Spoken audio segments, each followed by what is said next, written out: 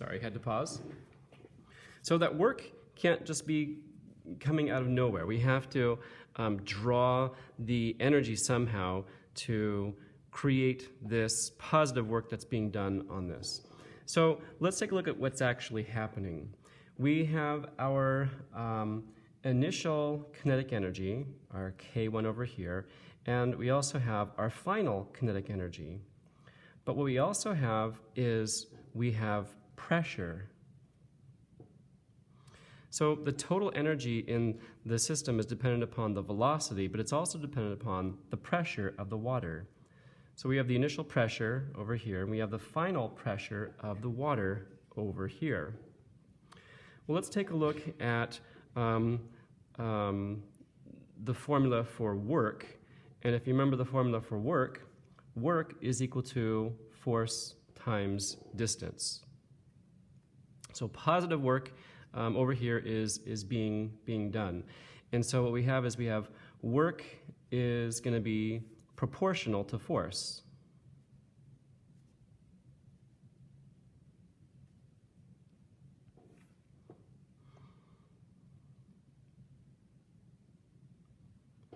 But then what we also have is we have that pressure is equal to force over area.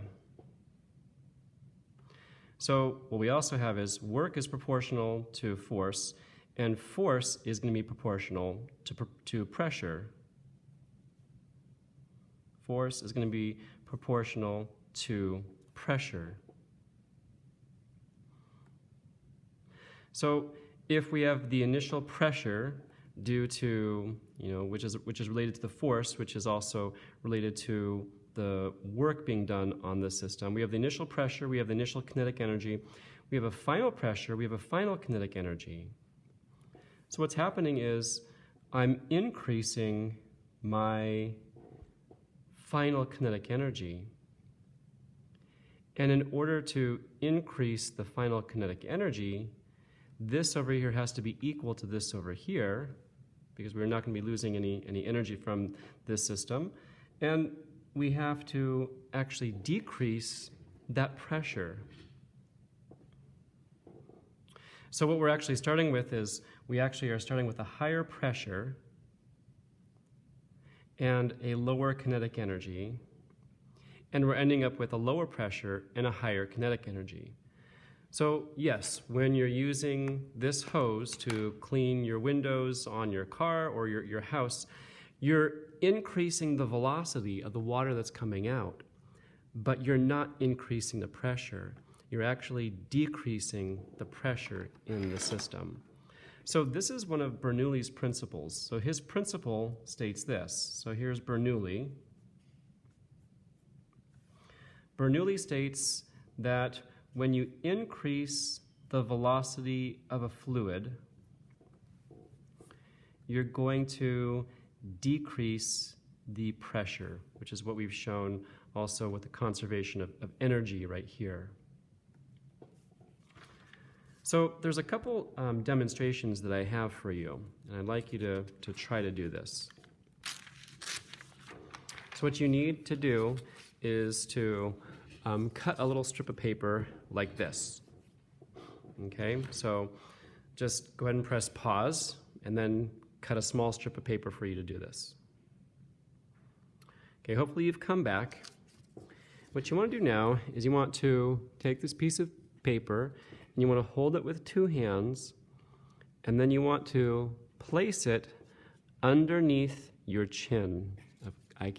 Don't think I can show this to you guys. Okay, you want to put underneath your chin, and then what you want to do is then you want to blow down on the paper.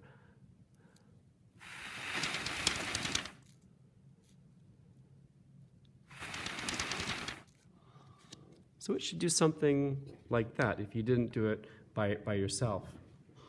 So here's the paper demonstration.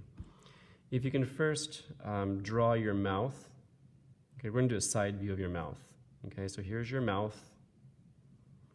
Okay, we can draw some teeth there if you want there. So there's your teeth. And you're bringing this paper, and this paper is sagging down like this.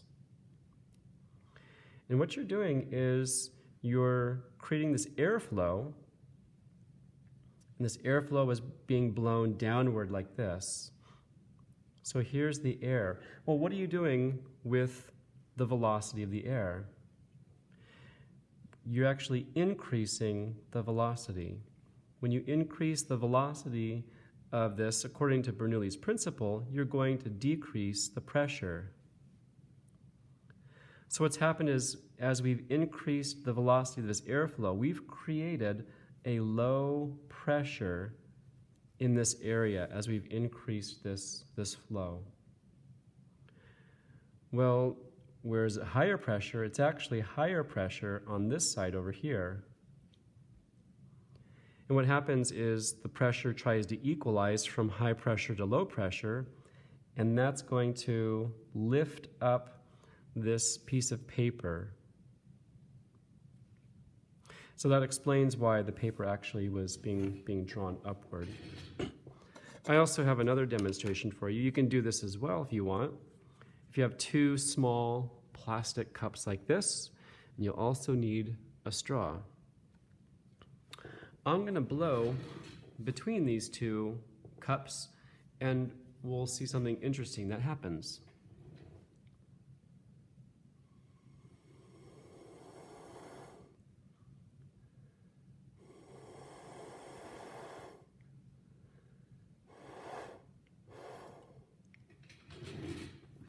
I've blown the two cups together. They were slightly apart, and then they were drawn together. So what's happening here? If you can draw this, you can draw a cup over here. You can draw another cup over here. So here's a cup. Here's the other cup. And we're going to try to draw this in 3 dimensions. So we were increasing the velocity coming from where I was in between the cups. So when you increase the velocity of the airflow, according to Bernoulli's principle, you're going to decrease the pressure. So what happens is this creates a low pressure in between the two cups. Well, where is it higher pressure? If the low pressure is between the two cups, we have higher pressure on the sides. And what these are going to try to do is to equalize the pressure. The cups are then going to be pushed inward from the pressure difference. This also helps to explain why an airplane is able to fly. Now, if you can imagine you're about to take off for a trip, and you're in an airplane, and the wings are all set, and the pilots, they adjust the wings at a particular angle, and then they just start going down the runway. At this magical speed, what happens is the airplane begins to lift upward. Why does it begin to lift upward? If you can imagine the airplane wing, and we're going to accentuate the shape of this wing. Wings have a particular shape, and they kind of taper off towards the back like this. Now, when you have air that's coming in, well, actually, the air is not coming in. The airplane wing is advancing. But imagine that the air is still. Maybe this is like a model. They often have models in aerodynamics of a wing, and then they put an airflow. They put this smoke stream towards the wing, and then what happens is that smoke stream then separates. So if we're following two particles, they're coming in at this velocity, they are going to then diverge. And what happens is these particles are then going to converge back together again. However, if you look at the top of the plane wing versus the bottom of the plane wing, what's happened is this is traveling a larger distance. So if you remember the formula for velocity, velocity is going to be the change in distance over the change in time. So what's happening on the top is we're increasing the distance that this particle has to travel. And if we're going to increase the distance, it's going to be increasing the velocity. So we're increasing the velocity on the top of the wing. And according to Bernoulli, if you increase the velocity, you're going to decrease the pressure. So what happens is we have lower pressure on the top of the wing, and it's higher pressure down below. And the pressure tries to equalize by pushing up on the wing. And the wing, of course, is attached to the airplane, and that's what provides the lift for the airplane. I've left 2 videos to show you. There's an interesting, a novel invention. It's a bladeless fan. And what it does is it creates a stream of air that flows in front of the fan. And what that does is it causes the air behind the fan to be sucked into through the fan.